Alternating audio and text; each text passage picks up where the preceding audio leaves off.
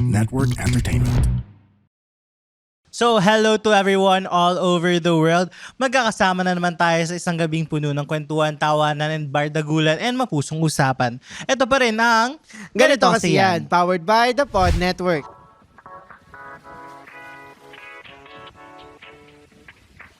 At kasama nyo pa rin ang inyong wandering go-getter ng Quezon City. It's your boy, Jacob. At ako pa rin ang inyong breadwinner, baby boy ng Rizal. Ako lang to, si Lance. At Jacob, sino bang kasama natin for Kasama today? nga natin ang isang registered nurse, content creator, and medical student, and as well as lecturer. Let us all welcome Sir Rocky Aguirre. Yes. Yeah, hello, Palakpakan guys. naman natin.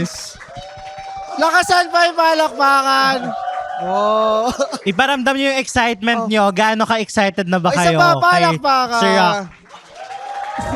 Nakikinig siya. Ayun. Good afternoon, everyone. Yes, good afternoon. Kumusta ka? Oo. Actually, hindi ko alam ba't kinakabahan ako. Kinakabahan ka? Pero kasi it's been a while since parang gumawa ako ng public speaking kasi yung nga Since yung lecturer last ako. lecture. My last lecture was actually last year pa, last last November. year. So, para nasa sariling cave lang ako this past few months, nag-aaral, nakakulong sa bahay. So, di ko alam, medyo kinakabahan ako. Oh, ramdam ko yung yung kaba mo kasi parang pasmado yung kamay mo. Yeah. Ay, hindi, pasmado talaga ako. Oo, It's pasmado waterfalls. talaga. Oh, waterfalls. Talagang, pero feeling ko wag ka naman kakabahan dito. Usapan lang to, Oo. kwentuhan lang, in general. Ayun. So, ngayon, kasi dito sa GKY, meron tayo nung Embracing Life Seasons. Yes. Ano ba tungkol sa ulit yun, Jacob? Actually, ano siya, series natin siya where we talk about the different seasons of life and everything. And of course, kakamustahin din natin si Sir Rocky. Kasi syempre, ngayon, di ba Lance, ang daming nagagalit kapag hindi sila kinakamusta. So, ikaw ba Sir Rocky? Kumusta Kamusta ka? ka? Thank you sa pagkamusta. I'm very happy at the moment. I would say, ngayon kasi med school break ko na. So, ang saya-saya ng buhay. No? Palakpakan natin. Yes. Nakasurvive na naman ng isang... YL1? YL2 na. YL2. Yan, YL2 na ako. Second year. So, I'm very happy at the moment. Sinusulit ko lang yung med school break. And yeah, I'm so happy kasi this is actually my first ever podcast guesting.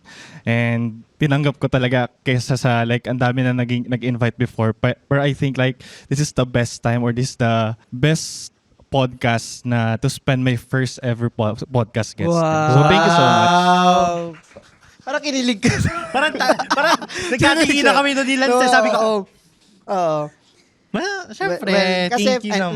may intention. Oo. Oo. Syempre, there's that intention. Kasi kailangan in every decision that we make, may intentionality. Yeah, tsaka before I actually accepted your invite, pinanood ko talaga yung mga podcast nyo and I would say, nagustuhan ko talaga siya. Intentional. Anong napanood mo? Yung kay Jusa. Kay Survivor Joy. ko.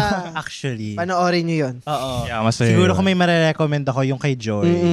Pero kasi yun nga, parang sinasabi nila, live intentionally. Parang, laging sinasabi namin, kanina pa natin mag-uusapan And yan. actually, isa din yun sa mga, yun actually yung content nila Rocky, yung germ nung idea nung intentionality. Kasi, parang nagkaroon kayo ng video ni Justin na parang reviewing the year, reviewing kung ano yung ano yung Ay, what went napanood ko yan. right, what went wrong, ano yung mga plans ninyo and everything. So parang dun talaga ako nagkaroon ng it's really parang really important on intentionality and setting your goals, setting your direction for the year and everything. Yun. So, with that, ano ba yung meaning sa'yo ng intentionality? Or, how do you define it, like, in your life? For me, intentionality is siguro choosing life even though it's inconvenient. Dahil gusto mo siya, so you will do everything just to make it happen. Kasi ako, Taurus ako, so may mga Taurus ba dyan? So pag mga Taurus, di ba, medyo stubborn. So I'm super stubborn, guys. So pag may gusto ko isang bagay, gusto ko mangyari siya, kahit anong mangyari. Kahit sobrang hirap, gagawa ko ng paraan to make it happen. So ayun yung intentionality for me. And siguro, to share my story, most people just know na nasa med school na ako, but they don't know kung paano ako nakapasok ng med school. Kasi as some of you may know, medyo mahal makapasok sa med school. And ako, I came from a not so privileged background, I would say. But dahil nga medyo stubborn ako, I think naging positive attribute ko pa siya kasi because of that, I was able to push through. Nakapasok ako ng med school kahit hindi ako ganun kayaman or not so privileged. Ayan yung journey mo dun sa pagpasok sa med school. Parang paano mo siya kinayod? Meaning na, well, yun nga, you graduated nursing, naging lecturer ka. Pero ano yung parang kailangan mo pang i-give pa sa sarili mo just to like reach that goal na makapag-med school ka? Bata pa lang ako, believe it or not, elementary pala, nag-research na ako on how to get a scholarship in med school. Elementary pa lang. Ganun ako ka-obsessed to become a doctor. Bata pa lang ako. So what I did is, simula elementary, high school, senior high school, and up to college, trinay ko talaga yung best ko to really study hard. So medyo academically competitive, I would say. So yun, pinagbutihan ko lang yung pag-aaral, and then siguro based on my credential, yun nga, nag-top ako ng board exam. After nursing, I topped the board exam last November 2023.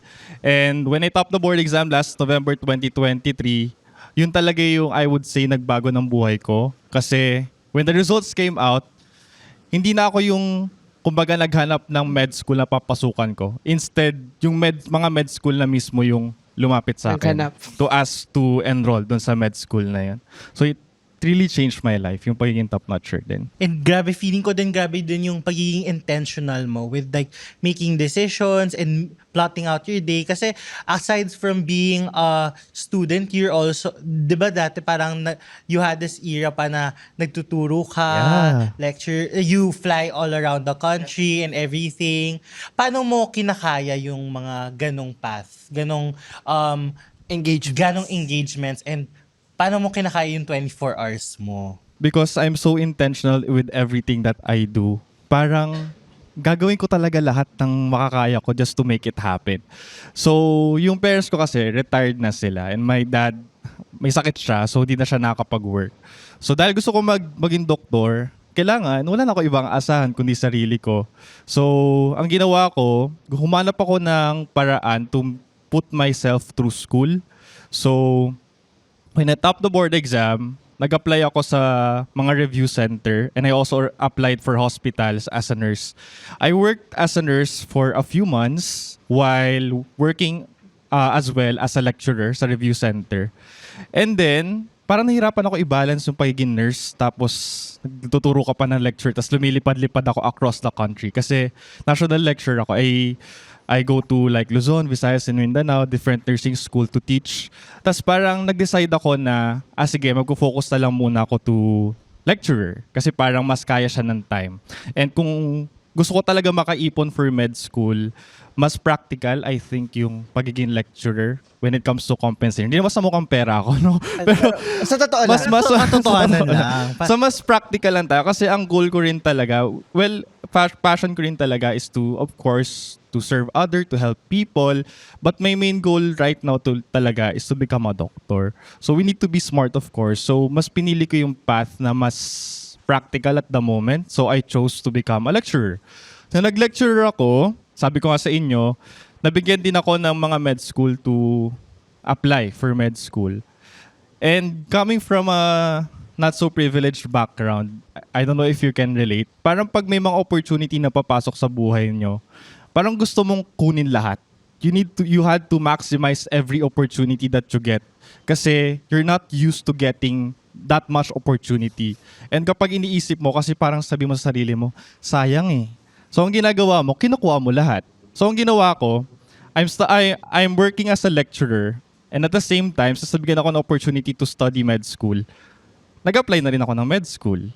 So what happened, during first year med school, I was able to juggle 3 jobs all at the same time. So ano yung 3 jobs na yun? Lahat, pagtuturo. First, lecturer sa review center, ng 2 review center, so that's 2 already. Tapos yung isa naman is as a professor sa alma mater ko nung nursing school. And all that while studying med school. And yung major motivation ko talaga doon is, iniisip ko lang is, I just need to really makaipon at the moment para matapos ko yung med school. Pero hindi ba siya Grabe. nakakapagod? Nakakapagod. Kaya nga nag-resign na ako eh. Kaya nga Yun yung pick up ko eh. Full-time ka? Yeah, right now. So, I was able to teach for 3 years. 3 years ako nagturo. 3 years ako naging lecturer. And for that 3 years and content creation on the side, I was able to, nakaipon ako. Nakaipon ako doon sa, although wala naman akong tuition fee sa med school kasi yun nga scholar. Pero of course, aside sa tuition fee, meron pa rin kasi mga babayaran sa med school, right? So, may ano lang ako, parang may goal lang ako na money for the rest of my med school. And for that 3 years of working, na-achieve ko naman siya. So, by the time na na-achieve ko na siya, doon ako nag-decide na ayoko nang pagurin yung sarili ko.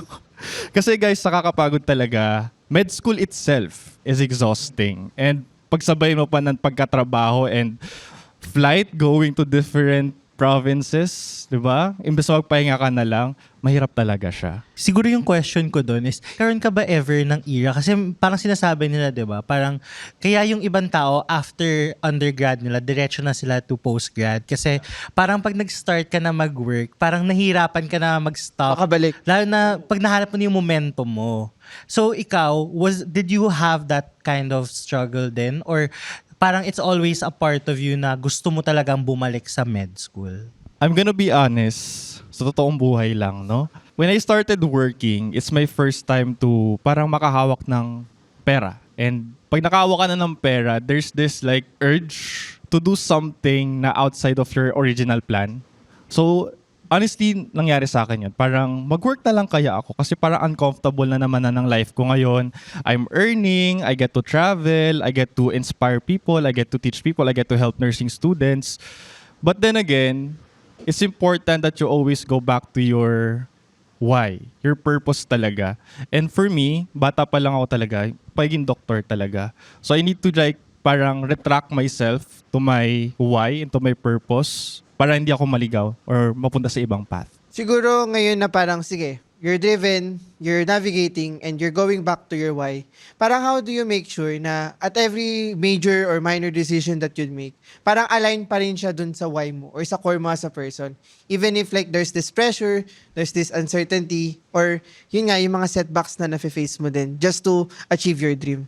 I think part din yun ng intentionality na kahit gaano kahirap yung pagdaanan mo, especially with med school, there's a lot of challenges that you will face, honestly, not just sa pag-aaral but also with how you like balance your life, yung time mo. Kasi yung med school pa lang yung time mo to study, kakainin niya na yung most of your day eh.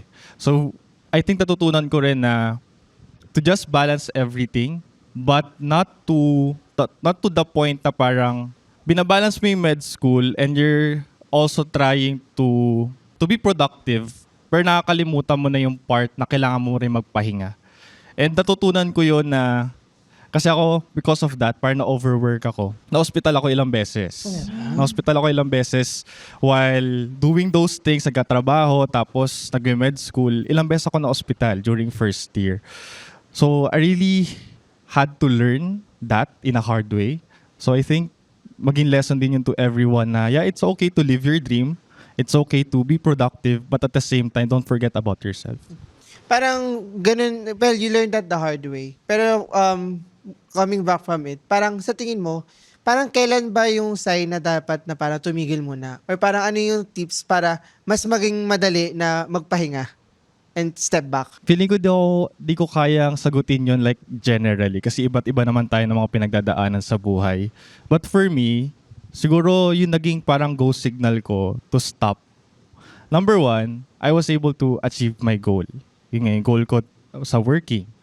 Pangalawa, yung signal ko is nanghina na ako, nagkakasakit na ako. So I think if hindi ka pa tumitigil, kahit na nagkakasakit ka na hospital ka na, I think you're you're putting yourself into the grave, di ba?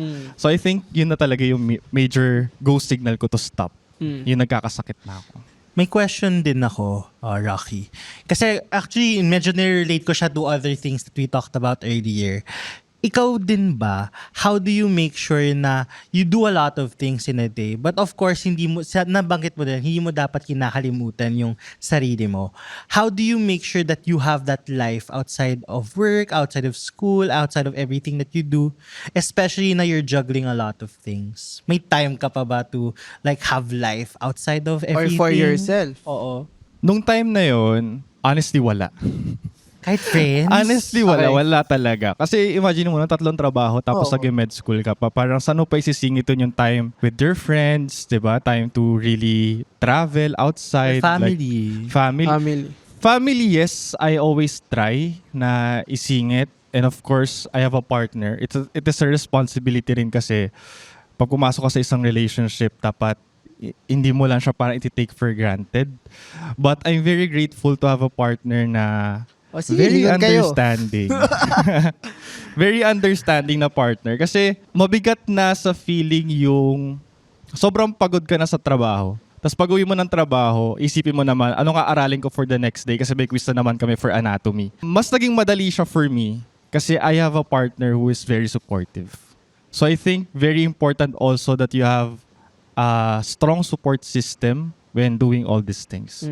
Na hindi lang kumbaga, well, not just like having a partner in general, but like yung talagang may Yeah, pagsusumbungan support ka system, at the end of the day. friends, Oo. family.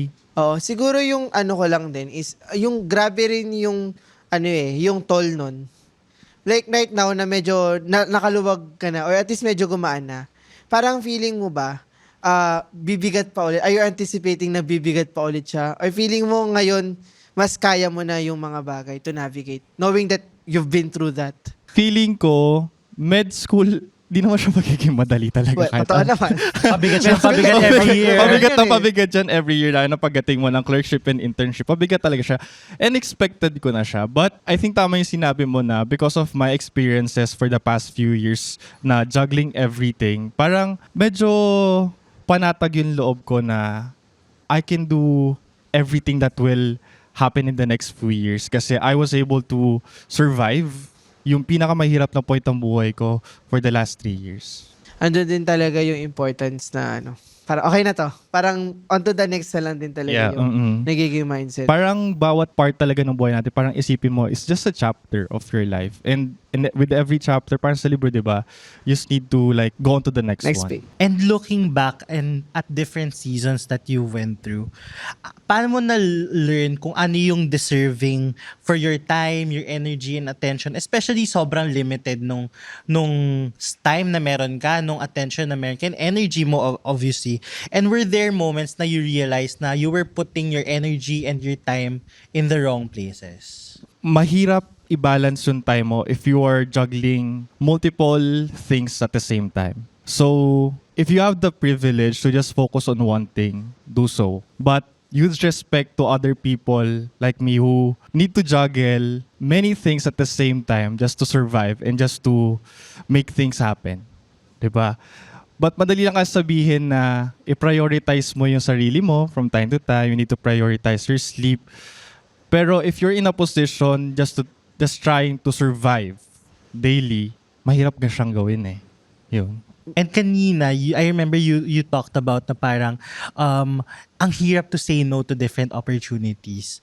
Were there times na you had to learn talaga na parang may opportunities na kailangan kang hindian? And may time ba na parang na-realize mo na ay, parang dapat humindi ako or parang mali pala na humindi ako? Going back dun sa sinabi ko kanina, pag galing ka sa not so privileged background, parang yun nga, you had to get mo lahat ng opportunities na binibigay sa'yo. But at the same time, dapat alam mo lang din kung kailan ka magkasabi ng yes at kailan ka magkasabi ng no.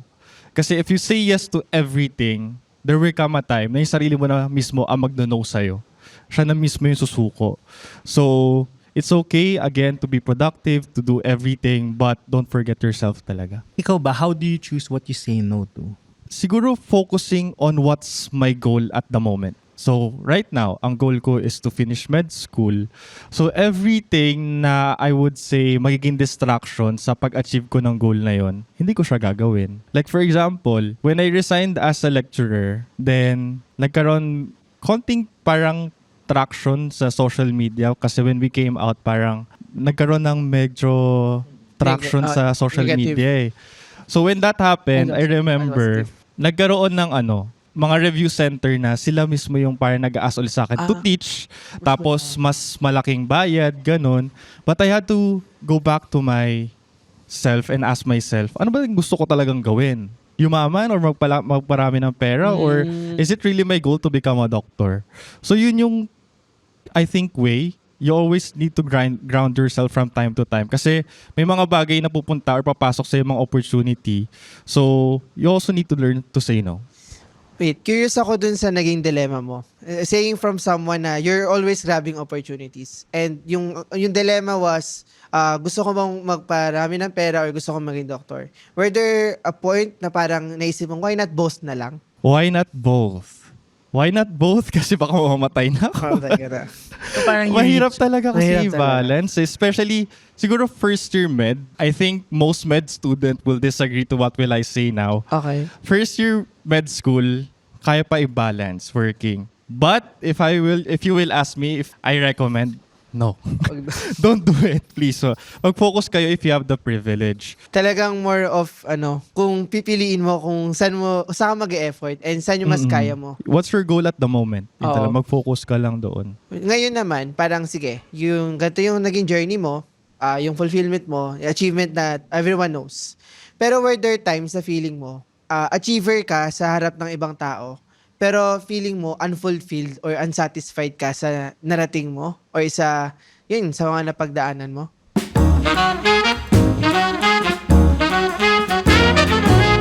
Hi, I'm Red Oliero. Hi, I'm Andrew Bernardo. And we are the Bago Matulog with Red Oliero podcast. Members. Yes, we are promoting our podcast and sana makinig kayo sa podcast namin. Yun lang. Thank Please. you. Yay. Please, we need money. Na-feel ko yun. Siguro most of this year sa feel ko yun. Kasi most people parang nakikita lang nila, nag-top si Rocky. Ang galing niya, parang successful na siya, ganun. Nakapasok na siya ng med school with scholarship, parang ang galing, maging doktor na siya. Parang ilan nakita ng tao, but deep inside me, am I really happy? Are you? Nung time na yon, yes, may mga achievements, but I can say na I'm really happy. Kasi I'm not true to myself. But if you will ask me now if I'm happy, I'm really happy. And yung naging reason doon kung ba't ako naging happy kasi I chose to be true to myself. So last year, me and my partner Justin decided to finally come out. And mahirap yun honestly for us to come to that decision kasi ako personally, parang most of my colleagues, they are actually discouraging me to come out at that time. Yung mga co-professors ko, co-lecturers ko, they're discouraging me to come out kasi sinasabi nila sa akin na don't come out kasi baka hindi ka na-respetuhin ng students mo. Ayun yung sinasabi nila sa akin. And sorry sa mga kapatid natin na LGBT, naniwala ako doon for the last few years. But then last year, I decided na wala na akong pakialam sa inyo. I want to be happy. I want to be true to myself.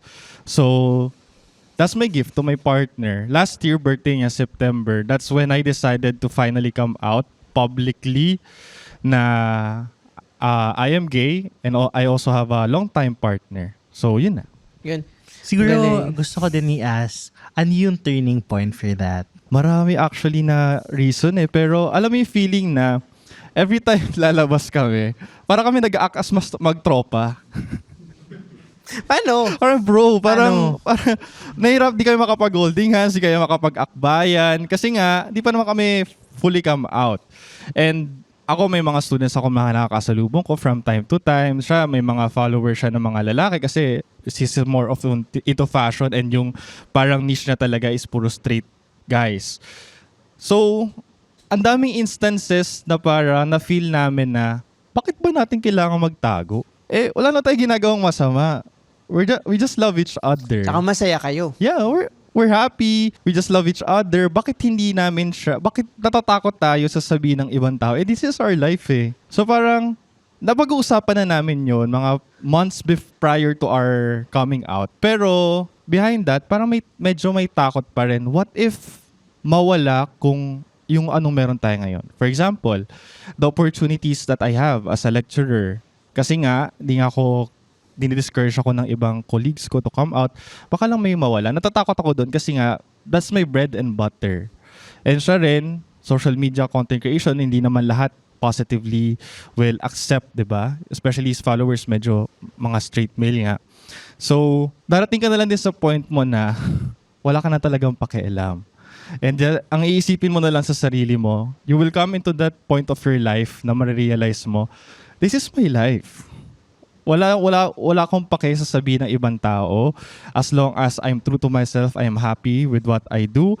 I'm loving the person that I deeply care about, no matter what other people will say, then go. Ganda. Di ba? Ganda. Yung parang kasi it's important din na parang paano ka talaga magiging truly happy if like kailangan mo magtago. If like kailangan mag-matter yung sasabihin ng ibang tao when kayo yun. And ang importante is you are living your truth. Yeah, and sinabi ko to sa kanya, when we finally decided to come out, I'm willing to risk everything that I have just to show the world that I love you. Yun yung sinabi ko sa kanya. And how parang does it nililig feel sila. naman na naging positive yung turnout ng support ng mga people for We you? didn't really expect. Kasi nung nag-come out kami, we didn't open any of our social media dahil nga natatakot kami sa like, i-bash kami, ganon. And then, when we came out, parang mga friends namin yung nagsabi sa amin na, uy, parang grabe yung feedback sa inyo ng tao. Not negatively, but positively. Most especially to my students. Doon ako parang naiyak nung nag-come out ako kasi hindi ko na-expect na ganun yung acceptance from my students. Kasi nga, yung mindset ko nga, sinasabi ng mga colleagues ko na wag ka mag-come out kasi nga baka hindi ka na-accept ng mga students mo. So, with the time that we came out, tapos positive yung feedback ng mga students ko, parang although hindi naman ako nagsisik ng validation from other people, but alam mo yung you feel so accepted finally. You feel truly happy kasi napakita mo na or naging totoo ka na sa sarili mo. Siguro coming from a similar experience, parang sige, there are comments sa parang sunugin or like, wala sa piano yun. Parang hindi naman na natin matatanggal sa ibang tao yung ganong mindset. And hindi naman lahat mapiplease. So it's really more of, parang tawanan na lang yun and of choosing what you value, what opinions matter, and yung acceptance na yun na mabibigay mo para sa sarili mo and para sa partner mo. Parang doon nang gagaling yung bliss. And siguro yung, you're just in love. And masaya kayo. And that's it. That's how you intentionally live yourself. Intentionally embodying your truth and becoming happy and proud about it. Yes. Kaya naman, siguro, ngayon in your 20s na parang, sige, may med school ka, YL2, tapos you have content creator on the side and other responsibilities in mind. Siguro, how do you stay grounded? Na parang, paano ka hindi mawawala? Na parang sa fast pace ng lahat nito. How do you stay grounded despite everything right now? Focus talaga. I'm very grateful na at this point of my life, I have this privilege na to focus on just one thing, which I can't do before. So ngayon, focus na lang talaga. So kung anong meron ako, med school, yun lang talaga yung major focus ko ngayon. I don't want to do other things na might distract me, na baka mawala yung isip ko with like my real goal. Pero if, for example, sige, there's this med school, but content creator ka. Siguro, napag-isipan mo ba na dumating yung point na pati yung pagiging content creator mo is something na mahihirapan kang gawin? And ano yung parang naisip mo about it? Yeah. Inisip ko kasi yung content creation, it's not really a must-do for me. Para lang siyang, for me, hobby and also a way to still do what I love to do, which is to teach. So ngayon, ginagawa ko yung content creation, yung pagle-lecture pa rin sa social media, not because para mawala yung focus ko sa med school, but para nagiging escape ko siya. Kasi when med school is like super challenging, super exhausting, yung content creation, yung paggagawa ng content, paggagawa ng lecture, ayun yung actually nagiging pahinga ko.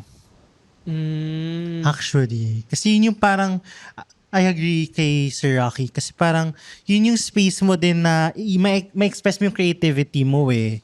Na parang, you're very technical ang pagiging Kumbaga, med school. med school. So, parang this is the space na nagiging creative siya and na-allow niya na ma-turn niya into a certain passion yung kanyang Outlet. outlet of his outputs. Oo. Yes. And siguro, ang next kong question, in your 20s, wherein there's pressure to be everywhere, everything, all at once, na parang ang fast pace ng lahat parang everyone wants to be optimized to the fullest extent. paano ka nagiging grounded na parang on your own pace? Na, especially when you feel like you're falling behind. Na parang, syempre, you have peers na after college, nag-med school na kaagad, na parang, did it ever feel that way na parang, hala sila, ang layo na nila, tapos ako, papastart pa lang. May mga ganun na instances, especially if you're going to proceed to med school. Yung mapapansin mo yung mga kabatch mo before, ano na sila, like ang dami na nilang napasang licensure exam, yung iba nakapag-ibang bansa na, may sarili ng pamilya, may business na, may sarili na sasakyan, may bahay na. And honestly, minsan sasabihin mo sa sarili mo or tatanungin mo sa sarili mo, nasa tamang path ba talaga ako? But again, you need to remind yourself that you're on your own race. Life mo tayo. Wala nang iba pang para maging basis on in time ba ako or not, or delayed ba ako or late ba ako. You don't need to compare yourself to anyone. Ay natutunan ko sa sarili ko. Hindi ko kailangan i-compare yung sarili ko sa ibang tao kasi may sarili akong path. So for some people, it might be kasi before proceeding to med school also, ay parang nag-take din ako ng med school break. 1 year med school break. So my batchmates actually, mas advanced na sila ngayon sa akin. So I also felt that way na parang, ay parang ano na, sila magdo-doktor na ako. Nahuhuli na ako. But again, I need to remind myself na wala naman ako kompetensya kung sino nauuna or what. Kasi at the end of the day, maging doktor pa rin naman ako. So that's what's more important for me. Hindi yung parang kung gaano kabilis, but kung ma-achieve ko ba talaga siya. Knowing that you have following, like you have people looking up to you. Like, do you feel na may parang pressure din sa'yo na, kailangan, like sige, sabihin natin, alam mo yung sarili mo, but kailangan mapush ko pa yung sarili ko kasi may mga humahanga sa akin. Or does that occur to you? Yeah, parang before kasi, wala akong social media. When I topped the board exam, doon lang ako nag-start mag-social media. So nagkaroon ako ng online presence and somehow, I felt a little bit of pressure. So, nung pumasok ako ng med school, meron na ako na feel na pressure agad. Kasi sometimes, pag may exam, for example, may exam, yung mga klase ko bigla magkasabi, Sir Rocky, wag mo masyadong galingan. Parang, o kaya may mataas na score. Expect nila, ako yung mataas. Pero honestly, hindi na nagkasalita. Baka minsan ako pa yung mababa or nasa gitna lang. Okay lang yun. And okay lang yun. Hindi naman nila alam na ako pala yung lowest. Diba? Ang alam nila mataas ako. Pero I always feel that pressure in me. Because of siguro what I achieved for yung sa nursing, sa topping the boards, nafe-feel ko yung pressure na yon. Pero, before, parang tinitake ko siya negatively, na pinapressure ko yung sarili ko to the point na wala na akong ginawa kundi mag-aral, di na ako halos tumatayo ng study table ko. I need to remind myself na, ano bang pinapatunayan ko? Ano bang pinapatunayan ko? So, I just need to retract myself again na di naman importanteng ikaw yung pinakamagaling palagi. It's just important, ano ba yung goal mo at the moment? So it's not important to top again the PNLE even though most people will pressure you pag nag-top ka ng licensure exam during your pre-med. Parang expect na nila, expected na yan, magta-top din yan pagdating ng PLE. So you need to remind yourself na don't mind what other people's yung expectation nila on you. Just really focus kung ano yung kaya mong gawin at the moment. How about your own expectations? How do you navigate parang, kasi syempre, knowing yourself, alam mo din na parang nagawa ko na to before. Syempre, kahit naman yung other people may expectations, iba din yung expectations mo on yourself. How do you navigate to be kind to yourself on what to expect from yourself or ano yung kakayanin mo and everything? Feeling ko pinaka nakatulong sa akin yung advice ng mom ko, if I could share, na parang, just do your best with everything, but expect less. For example, pag nagka-prepare ka for the board exam, yes, mag-prepare ka, gawin mo yung best mo. It's okay to aim to pass and also to top the boards. But don't pressure yourself or limit yourself na kailangan ang ma-achieve ko lang is to top the board exam. Pag di na ako nag-top, parang di na ako ganun kasaya or di ko na-achieve yung goal ko. Kasi pag ganon, pag hindi mo na-achieve yung isang bagay, even though pagkapasa pa lang ng board is a huge thing already. Pero yung mas naging goal mo kasi is mas mataas to top the boards. Parang you will feel a little less rewarded to sa ginawa mong effort. So, it's okay to have expectations but don't expect so much to the point na napipressure ka na. Siguro setting expectations. Sige, may pressure or wag mo pressure and all. Pero, hindi naman sa lahat din ng pagkakataon. Yun nga, na tayo yung, mamimit natin yun. Were there points na bumagsak ka or even nagkaroon ng ikaw yung lowest sa isang exam? And paano yun? Kasi knowing that achiever yung tingin sa'yo. First time ko to sabihin, malalaman na ng mga klase ko, a lot of times, no?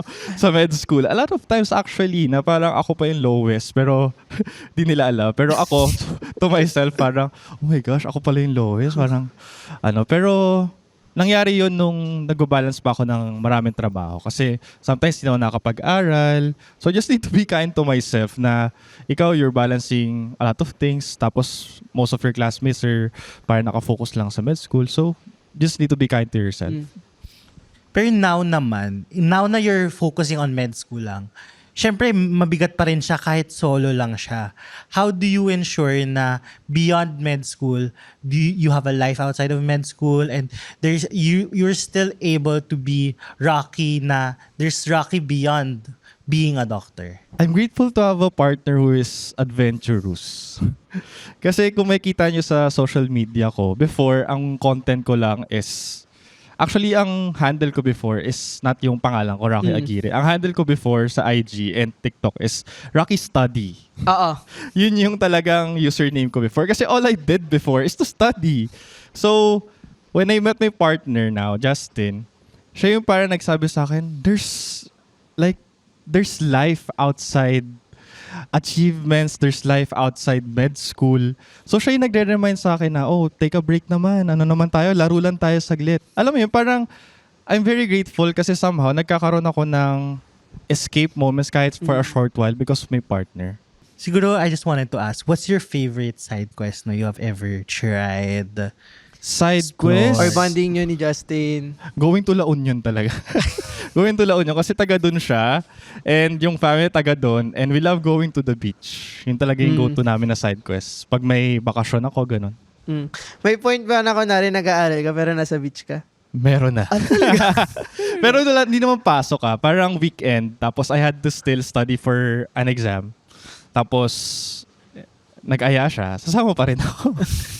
Talagang nandun din yung nga, I think yung intentionality is really how you live your life. Na parang, okay, kapahinga ako, or I have a partner, or may gagawin kaming something na alam ko na makaka-escape ako dun sa pressure na nararamdaman ko. But siguro in the mundane things, can you share us some tips or advice on how to become more intentional sa outlook or sa ginagawa mo sa buhay? First, ask yourself, what do you want to do for a long time or for the rest of your life if it's applicable. So, for example, for me, nakita ko yung sarili ko hanggang pagtanda ko, I want to serve and help people medically. I want to treat people. I want to help people in general. So, ask yourself that. Pag na-establish mo na kung ano ba yung gusto mo sa buhay mo, maglagay ka ng mga steps on how to achieve it. So, regardless kung ano man background natin, may mga financial or economic na considerations to do. But if you really want something, you are able or kaya mo siyang gawin regardless of anything. So, yung talaga, yung long term na talaga. And also, I think important din yung ina-assess mo yung sarili mo na online pa ba talaga ako dito or pinipilit ko na lang yung sarili ko. Kasi parang wala na yung intention na yung good intention with it na parang you're just making it up for the sake of having that commitment. And yung important din yung pagiging decisive na when to stop, when to go. And yung sinabi mo nga na when to say yes or no at a certain point. And you just need to love what you are doing. Kasi parang, for example, kung naisip na tripan mo lang mag-med school pero hindi mo man pala siya gusto. Parang, or na-pressure ng parents. Yeah, or na-pressure ng parents. Ang hirap, di ba, na pumasok ka ng med school tapos di mo naman siya wholeheartedly na gusto. So if you want to do something, dapat you love it. Kasi yung love, nandun yung passion, nandun yung Oo. drive for everything. Ikaw ba? I agree. Kasi parang kapag wala kasing passion dun sa ginagawa mo and wala yung love dun sa ginagawa mo, makikita din siya sa output mo eh. Na parang, kunwari, wala kang determination talaga Wala to kang be a drive. doctor. Or parang wala kang drive to stay there. Parang hindi din siya magta-translate to your output. Hindi siya magta-translate in the level of hard work that you put into kapag nag-aaral ka. Hence, parang lalabas din siya sa mga scores mo. Or bare minimum lang yung napapakita mo. And alam mo sa sarili mo na hindi yun yung best na pinapakita mo. As in. Siguro, for final, my last question Yes. for me is, sige, ngayon, ito yung outlook mo, ito yung focus mo. What's success now for you? Like, knowing na ganito na yung napagdaanan mo, ano yung ngayon yung magiging definition sa'yo na success? For me, before yung definition ko ng success is achievement-based. So parang pag nakapasa ako ng nursing, pag natap ako ng boards, parang achievement-based yung definition ko ng success before. But because of sa mga napagdaanan ko before, like yung challenges to juggle many jobs while in med school, for me now, success is holistic. Hindi lang siya, of course, meron pa rin ako-ambition. I still want to become a doctor. But success for me now is, number 1, being happy. Number 2, being healthy. Yun yung success for me. What's success for you? Actually, I agree na parang you're happy and healthy. Kasi it's hard then to do the things that you do. Kunwari, mayaman ka nga or parang na-earn mo nga lahat ng pera that you can. Pero hindi ka naman healthy enough na gagamitin mo siya pang ospital lang din. True. So wala din. Ano din yung silbi ng pera mo kung dun din mapupunta? Ako siguro dadagdag ko doon. Parang success means that you're at peace. Or at least you're in bliss. Kasi parang sige, masaya ka ngayon, healthy ka ngayon, marami kang pera ngayon. Pero kasi minsan feeling mo kulang pa. May ganun drive yung mga tao na to seek for more when they already have what they want. So parang Contentment. content yung yung pagiging kontento or at least alam mo yung boundaries mo, alam mo hanggang saan ka to reach that bar alone. Parang pag kasi na-recognize mo na okay na ako dito, na nandun yung peace of mind mo, na hindi mo na kailangan ma-stress for that success that you've already reached. So, yun lang din talaga yung important, if ever man. Ay, may last ka ba? Ayun na nga. Oo. Siguro, eto na rin. Thank you so much kay Thank Sir you Rocky for having sa me. Thank you so pagsama much. sa amin dito. It's for a very insightful conversation. And of course, Ayun, marami tayong pasasalamatan, Oo. Jacob. Special thanks sa mga partners natin for this episode, ang Gardenia, The Receipt Photo Booth, Lucky Yogurt, Hooray Chicken, Grip PH, Pasta Game, and also para sa Hooray Chicken, may branches sila sa Pasig, Taytay, Marikina, Antipolo, Parañaque, at kahit dito sa Mandaluyong and sa new branch sila sa White Plains sa Quezon City. And may promo code po tayo for our audience. Just use Hooray GKY for the month of June. And sa bawat order nyo ng fried chicken meal ay may kasamang iced tea. yes, kaya salamat sa mga friends natin sa Hooray Chicken. Hep, hep! Hep, hep!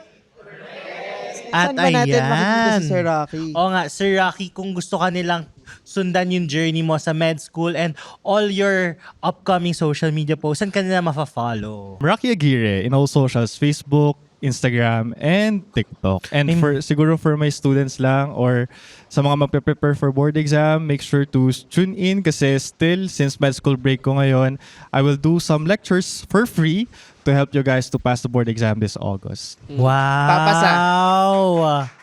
Yes. And saan ba nila tayo masusunod? Oo nga. So if nagustuhan nyo tong episode na to, why not share it on your social media accounts and use the hashtag GKYLive and tag us on all social media platforms. GKYLive on all social media platforms and... Ayun. And also, huwag nyo kakalimutan, nag-stream kami ng episodes. Nag-release kami every Saturday sa YouTube and sa Spotify. So don't forget to like, comment, and subscribe dahil malapit na kami mag 1,000 followers. So Yes. subscribe na kayo sa YouTube. Ayun, sakto. Ayun yung QR code. At In case hindi nyo pa nasa-scan. At wag natin kakalimutan na life is hard. Parang, mabigat yung pressure and all. Pero yung ganong success, yung ganong intentionality of how you live it, nandun nanggagaling yung gaan. knowing that you're in control and you're driven to what you want in life. At ito Yes. pa rin ang Ganito kasi yan. The opinions of podcast creators, hosts, and guests are not necessarily reflective of the official stance of the Pod Network Entertainment, its hosts, or other network programs. The content created by the people behind the podcast is personal and not meant to harm any religion, ethnicity, group, organization, company, or individual.